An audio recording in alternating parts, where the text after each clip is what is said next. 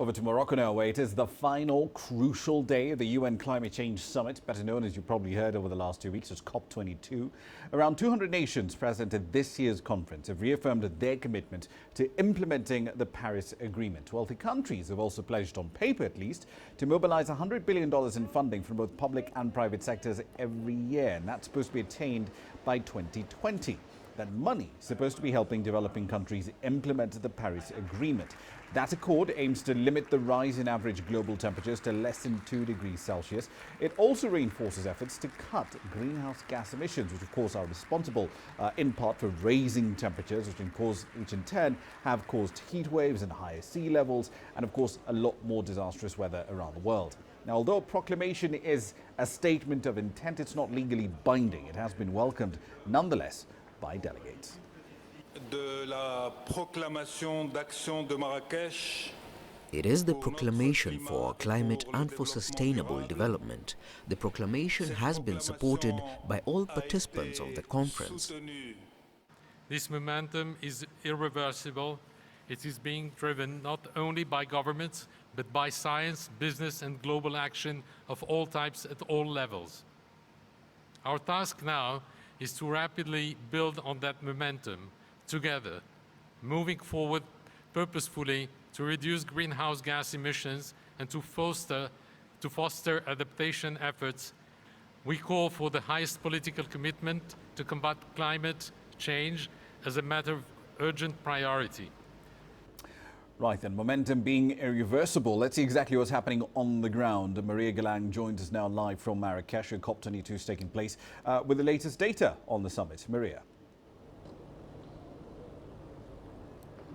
Hi Rama, well, talks are still underway. Negotiators are still trying to fine-tune different areas of financing, adaptation, mitigation, cost of losses, especially for African countries.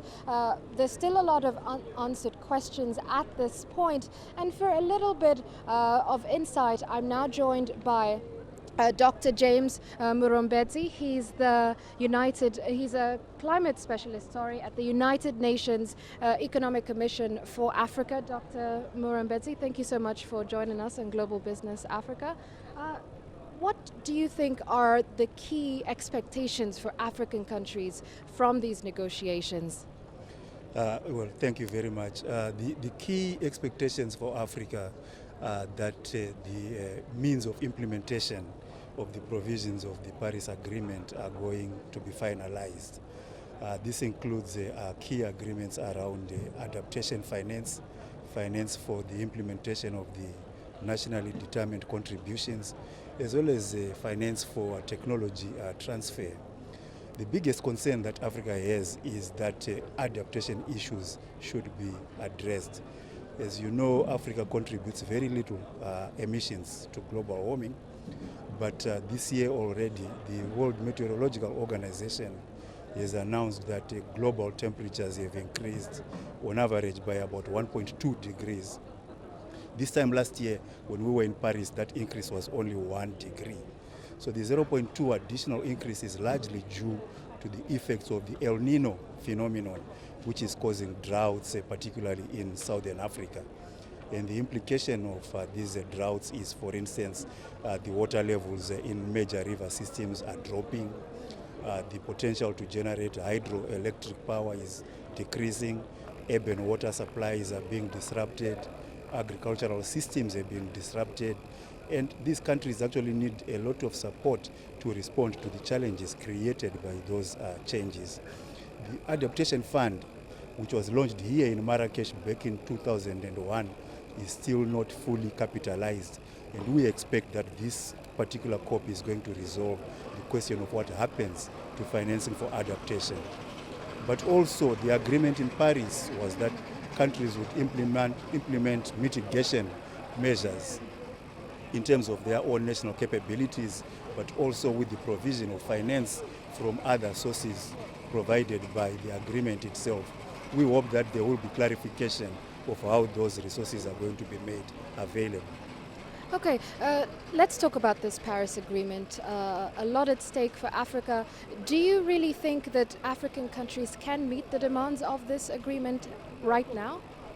If you look at the structure of the current nationally determined contributions or intended contributions, actually Africa has the most ambitious contributions for emissions reduction.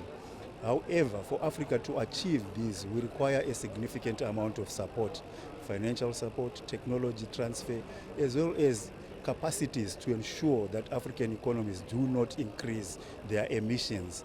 But we also need to ensure that there is adequate compensation for losses and damages resulting from already occurring climate change. Because without that, there is no way that the INDCs, NDCs can be adequately implemented in Africa.